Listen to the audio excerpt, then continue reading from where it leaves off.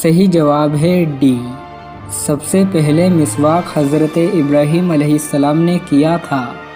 سوال نمبر 10، حضرت عیسیٰ علیہ السلام آسمان سے کس جگہ پر نازل ہوں گے؟ آپ کے آپشن ہیں یہ، اے کوفہ، بی جدہ، سی دمشق، ڈی یمن۔ آپ کا ٹائم شروع ہوتا ہے اب۔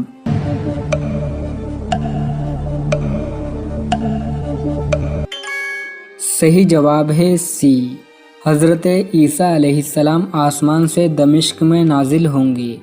سوال نمبر 11، حضرت عیسیٰ علیہ السلام پر نازل ہونے والا کھانا کتنے لوگ کھاتے تھے؟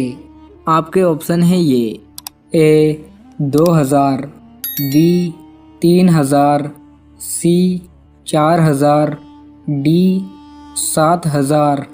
آپ کا ٹائم شروع ہوتا ہے اب۔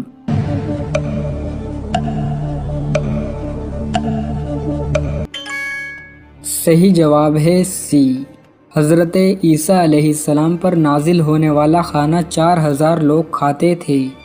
سوال نمبر 12، حضرت یوسف علیہ السلام کی والدہ کا کیا نام تھا؟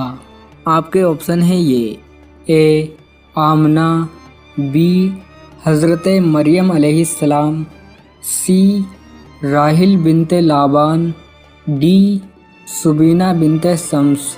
آپ کا ٹائم شروع ہوتا ہے اب۔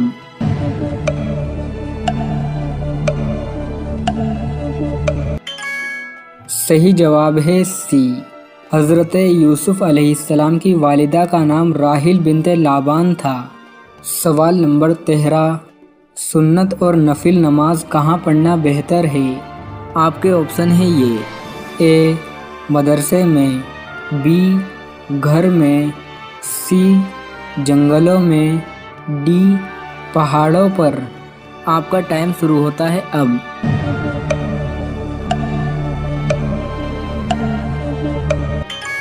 صحیح جواب ہے بی، سنت اور نفل نماز گھر میں پڑھنا بہتر ہے۔ سوال نمبر 14، کون سے نبی نے اپنے ماموں کی 4 بیٹیوں سے شادی کی تھی؟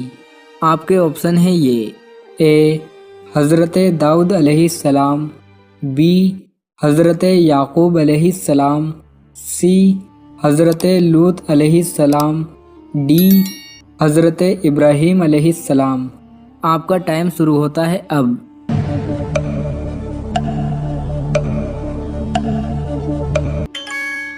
صحیح جواب ہے بی، حضرت یعقوب علیہ السلام نے اپنے ماموں کی 4 بیٹیوں سے شادی کی تھی۔ سوال نمبر 15، بیوی کی یہ 2 غلطیاں شوہر کو بھکاری بنا دیتی ہیں۔ نمبر 1، صبح کو دیر تک سونے والی عورت۔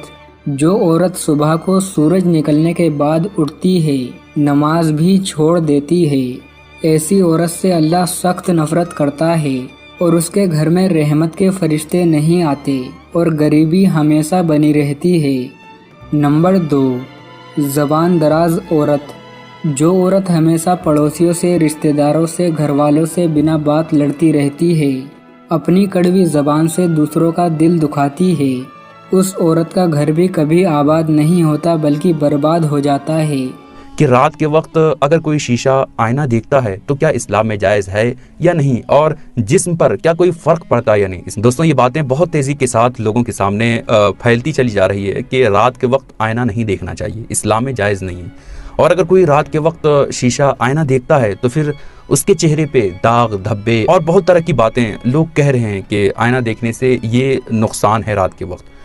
تو اس کے تعلق سے اگر اسلام میں کیا جائز ہے یا نہیں یہ جاننا چاہتے ہیں تو آپ یہ جان لیجئے کہ رات کے وقت آئینہ دیکھنا یہ بالکل جائز ہے، کسی بھی طرح سے کوئی قباحت نہیں ہے۔ اور جو لوگ یہ باتیں کر رہے ہیں کہ رات کے وقت آئینہ دیکھنے سے چہرے پہ جھریاں یا پھر داغ دھبے ہو جاتے ہیں، تو یہ سب باتیں بے بنیاد باتیں ہیں، بے اصل باتیں ہیں، اس کا حقیقت سے کوئی تعلق اور کوئی لین دین نہیں ہے۔ تو اسلام میں رات کے وقت ہو یا پھر کسی اور وقت میں اگر آپ آئینہ دیکھنا چاہیں تو بغیر کسی قباحت کے جائز ہے۔ بہت ساری عورتیں ایسی ہوتی ہے جو اپنے شوہر کے لیے سجتی سنورتی ہے اور رات کے وقت میں بھی سنورتی ہے، تو یہ بہت اچھی بات ہے کہ اپنے شوہر کے لیے بیوی سنورے، سجے تو ایسے عالم میں رات میں جب بیوی سنورتی ہے تو اس وقت آئینے کی ضرورت ہوتی ہے، تو بغیر کسی قباحت کے وہ بیوی وہ عورت آئینہ دیکھ کر کے سجنا سنورنے کا جو بھی کام ہے وہ کر سکتی ہے۔